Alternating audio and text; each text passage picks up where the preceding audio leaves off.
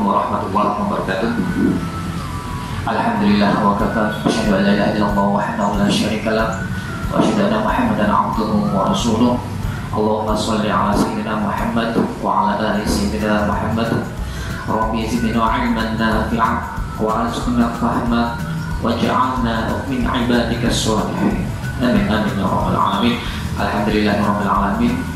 Anak-anakku Allah yang berbahagia, pada kesempatan pagi hari ini kita patut bersyukur kepada Allah Subhanahu wa taala karena kita masih diberi kenikmatan berupa kesempatan dan juga kesehatan sehingga kita semua bisa melanjutkan proses belajar mengajar kita meskipun melalui sistem online.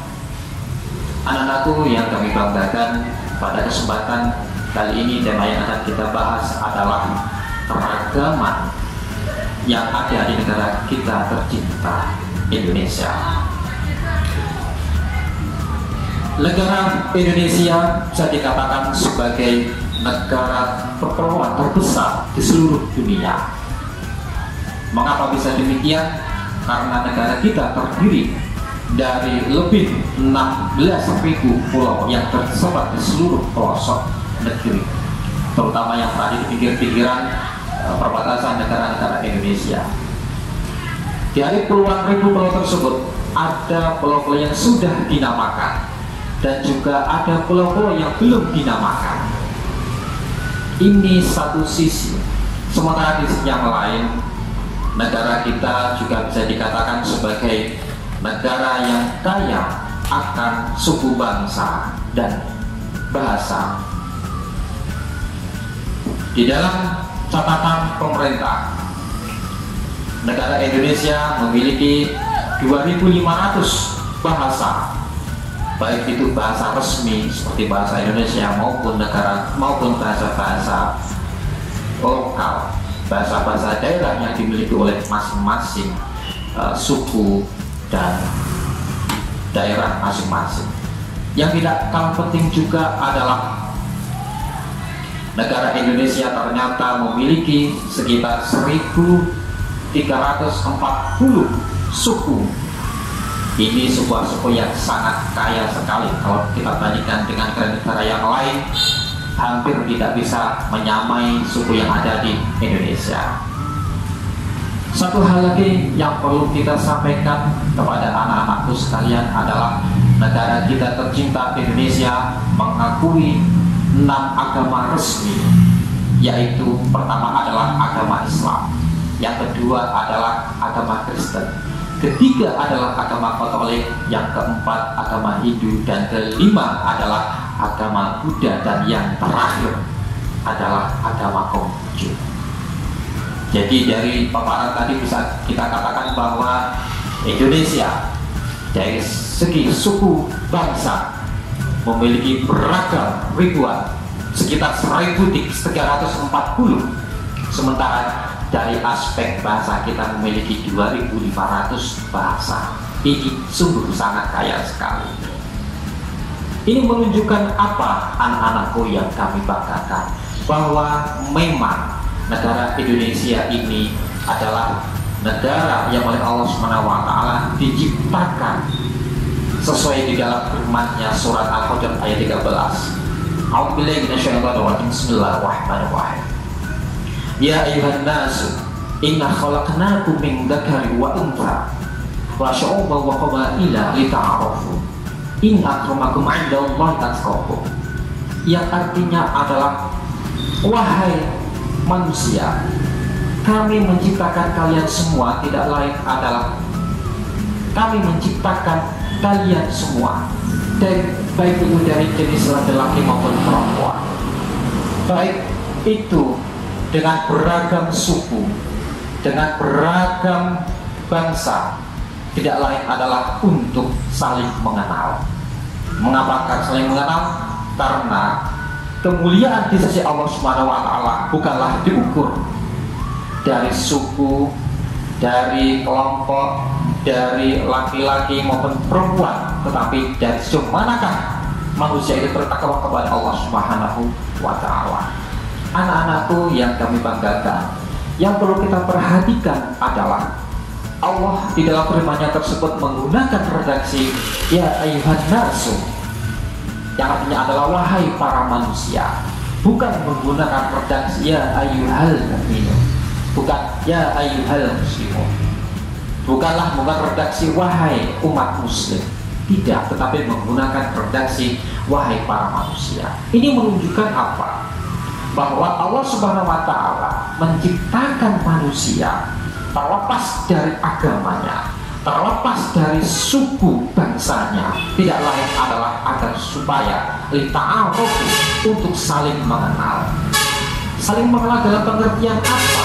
Yaitu adalah saling mengenal dalam pengertian untuk membangun peradaban, untuk membangun sebuah kebudayaan manusia yang sesuai dengan manhaj atau ajaran-ajaran Allah Subhanahu wa Ta'ala. Oleh sebab itu, anak-anakku yang kami banggakan, kita tidak perlu berdasarkan pada ayat ini untuk bersikap membenci orang lain yang berbeda dengan kita, baik itu agama, suku, maupun negara.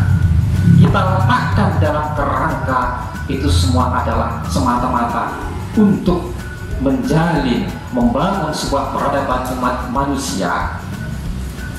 Anak-anakku yang kami banggakan, berdasarkan pada petunjuk surat Al-Hujurat ini, kita bisa mengatakan bahwa mengapa Allah Subhanahu wa Ta'ala tidak menciptakan umat manusia. Cukuplah misalkan umat muslim saja, cukuplah misalkan umat Kristiani saja, atau cukuplah Allah Subhanahu wa Ta'ala menciptakan umat atau orang yang ada di Indonesia saja. Allah Subhanahu wa Ta'ala sebenarnya sangat bisa menciptakan demikian, satu golongan bisa, tetapi Allah Subhanahu wa Ta'ala tidak menghendaki seperti itu. Karena apa? Karena ini tidak lain adalah agar umat manusia itu untuk membangun bumi. Sebagaimana Allah menciptakan kita semua adalah sebagai Khalifatullah fil ardi, sebagai wakil Allah untuk mengelola bumi, untuk mengelola sumber daya alam, untuk mengelola sumber daya manusia, sehingga sesuai dengan petunjuk-petunjuk Allah Subhanahu wa Ta'ala. Agar supaya apa? Agar supaya manusia itu bisa bertakwa, bisa menyembah Allah Subhanahu wa Ta'ala dengan baik dan benar. Oleh sebab itu, anak-anakku yang kami banggakan, dari sini kita patut bersyukur pada Allah Subhanahu wa Ta'ala, karena Allah menciptakan negara kita penuh dengan keragaman. Bagaimana cara kita bersyukur kepada Allah Subhanahu wa Ta'ala dalam konteks keragaman di Indonesia? Yang pertama adalah berdasarkan kepada firman Allah Subhanahu wa Ta'ala tadi, kita harus mengamalkan, harus mendalami, menghayati, dan benar-benar memahami bahwa Allah Subhanahu wa Ta'ala menciptakan keragaman yang ada di negara kita tidak lain dan tidak bukan adalah untuk atau sebagai bentuk anugerah dan rahmat Allah Subhanahu wa Ta'ala. Tentunya sebagai sebuah anugerah dan rahmat, sekali lagi kita tidak boleh mencemooh satu sama lain. Kita misalkan orang Jawa, suku Jawa juga sering kali menggunakan bahasa Jawa. Kita tidak boleh mengolok-olok yang lain dengan orang misalkan suku Madura atau orang yang menggunakan bahasa Madura. Apabila kita tidak paham dengan bahasa mereka, maka cukuplah kita bertanya secara baik-baik. Karena apa? Kalau sampai kita mengolok-olok mereka yang berbeda suku, yang berbeda agama apalagi, maka tentu saja kita sama dengan menyalahi sunnah Allah Subhanahu wa Ta'ala.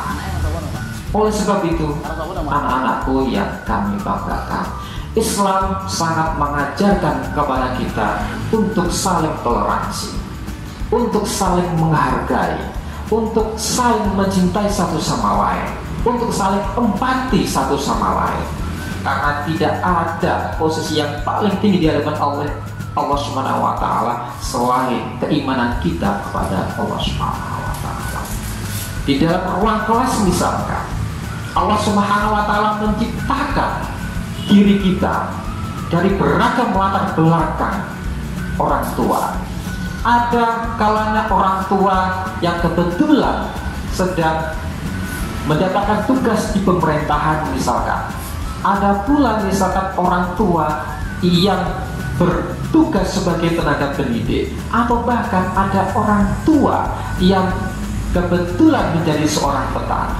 Di lingkungan kelas ini, kita tidak boleh membeda-bedakan latar belakang. Tidak boleh kita saling mengolok-olok. Kamu dari latar belakang petani, kamu dari latar belakang pegawai, tidak boleh. Semuanya itu adalah sunnatullah yang harus kita jaga keragaman itu. Yang harus kita lakukan adalah kita membangun pola kebersamaan, kita membangun pola kemanusiaan yang adil dan beradab. Yang harus kita tanamkan dalam diri kita adalah, kalau itu sunnatullah, salah satu kehendak Allah Subhanahu wa Ta'ala, maka kita harus menjaganya dengan baik. Kerukunan antar golongan, kerukunan antar latar belakang, dan bahkan kerukunan antar agama harus kita jaga sedemikian rupa. Oleh sebab itu, ini salah satu bentuk rasa syukur kita kepada Allah Subhanahu wa Ta'ala. Sekali lagi, kita harus menjaga hal-hal seperti itu dengan cara baik dan benar. Yang kedua, wahai anak-anakku yang kami sayangi, rasa syukur kita bisa kita ekspresikan kalau kita berdasarkan pada ayat tadi itu adalah kita dengan menyadari bahwa hakikatnya kita itu diciptakan oleh Allah Subhanahu wa Ta'ala, memiliki beragam kelebihan dan juga memiliki beragam kekurangan. Masing-masing dari kita pasti memiliki hak-hak asasi manusia, memiliki hak-hak yang tidak boleh dilanggar, tidak boleh disalahi oleh yang lain. Misalkan saja anak-anakku, bahwa kamu semua memiliki hak untuk belajar. Apabila misalkan di ruang kelas, kalau misalkan ada teman yang ramai ketika kamu sedang membaca buku-buku pelajaran, maka seyogyanya di sini kamu cukup menegur kawanmu itu secara baik-baik.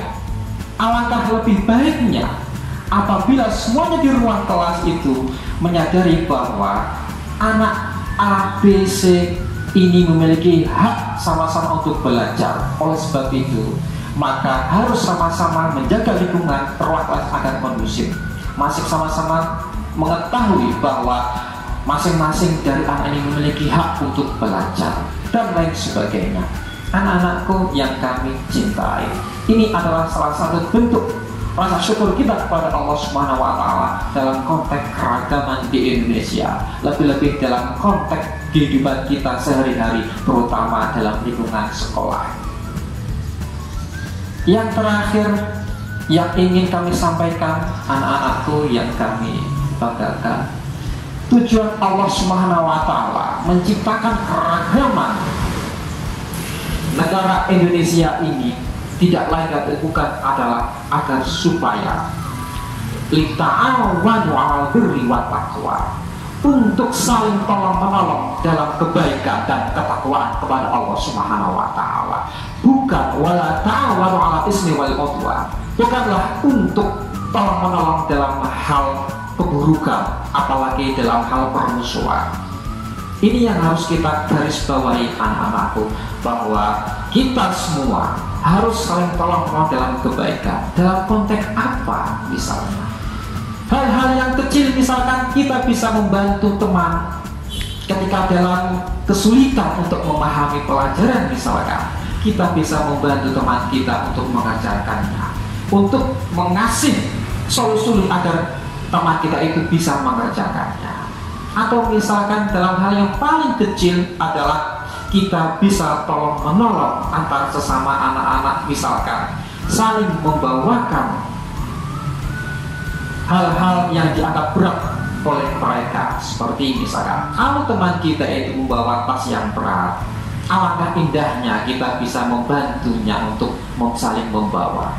Satu tas bisa dipikul berdua, sehingga ini akan menciptakan keindahan.